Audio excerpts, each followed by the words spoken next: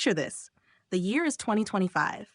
Music trends have come and gone, viral hits have risen and faded in a matter of weeks, yet there's one album released all the way back in March 2023 that refuses to bow to time. It's still here, still growing, still making history.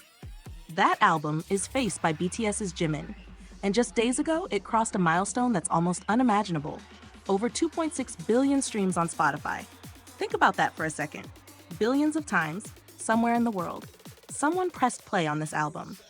It's not just numbers, it's billions of moments.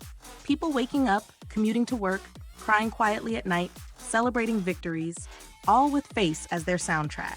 This achievement cements Jimin as the first and only Korean solo artist in history to have not one but two albums, FACE and Muse, each surpassing 2.6 billion streams.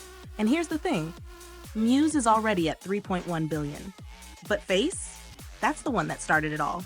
The album where Jimin first stepped into the global stage alone, showing the world his vulnerability, his artistry, his soul. At the center of FACE's story lies a song that has become more than just a hit. It's a cultural landmark, Like Crazy. Since its release, this track has become the most streamed Korean solo song in history, sitting at 1.38 billion streams on Spotify. The music video? Over 170 million views on YouTube. On Melon, South Korea's largest streaming platform, 126 million plays. And globally, people still stumble upon it. Nearly 1 million Shazam searches, proving it's still capturing new hearts every single day. But numbers can only tell part of the story. Like Crazy was more than a song, it was a moment. It was Jimin, standing alone, delivering a performance so authentic that it resonated across cultures and languages. It wasn't boosted by a big-name Western feature. It didn't follow a trend. And yet, it became the first song by a Korean soloist to ever reach #1 on the Billboard Hot 100, a victory that shook the music world.